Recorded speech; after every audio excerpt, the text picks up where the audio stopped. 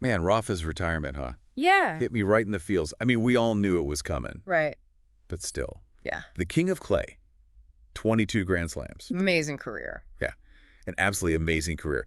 We could spend hours just listing his achievements, right? Oh, easily.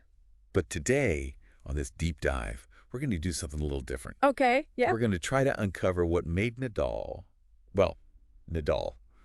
You know what I mean? The man behind the trophies, huh? Exactly. Yeah. We've got some great excerpts here focusing on key moments from his career. Things that even die-hard fans might not know. Some really insightful stuff. Totally. So let's dive in.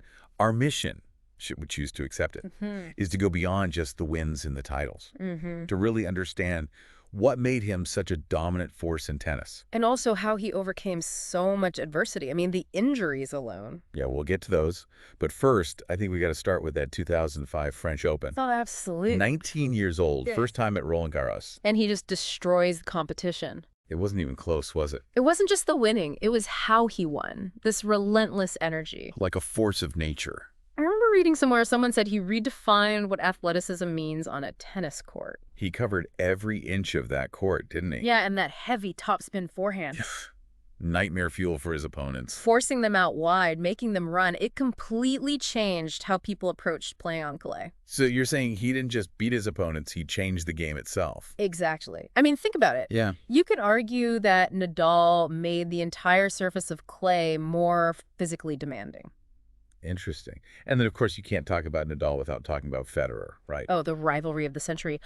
What fascinates me is how their styles clashed.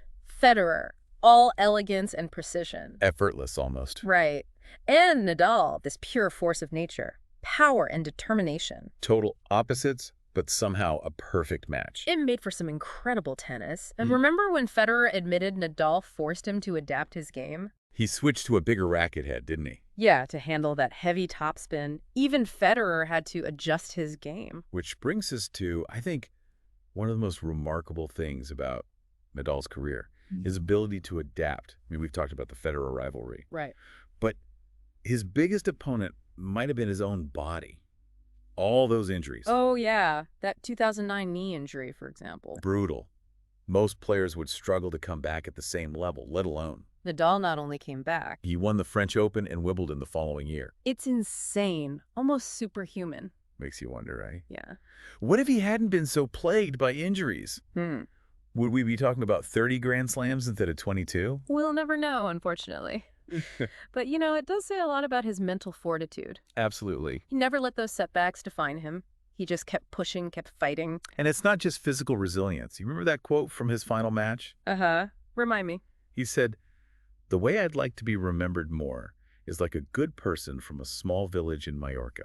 Oh, yeah. So humble, right? Especially for someone who achieved such incredible things. It makes you think, doesn't it? About Which image of Nadal is the true one? Yeah. The fierce competitor on the court? Mm-hmm. Or this grounded, almost shy guy off the court? It's interesting, isn't it? He really embodies both. He's shown us that you can be both a relentless warrior and a genuinely good person. Which I think is a pretty powerful message. Okay, so, big picture now. Nadal, Federer, Djokovic. The big three. This era is officially over. It's the end of an era. What happens to tennis now? Yeah. Will we ever see another era like this? That's the million-dollar question, isn't it? I don't know. They set the bar so high. They definitely did. But you know what they say? What? Every ending is also a beginning. Ooh, I like that. Who will step up to fill the void? What new rivalries will we get obsessed with? It's a blank slate. And that's kind of exciting, right? It is. Yes. It is. So what do you think? What are you most curious to see unfold in this new era of tennis? Let me think about that. All right, well, we'll leave that hanging for you all to ponder. Thanks for joining us on this deep dive into the legacy of Rafael Nadal. It's been a pleasure. Until next time. Adios. Adios.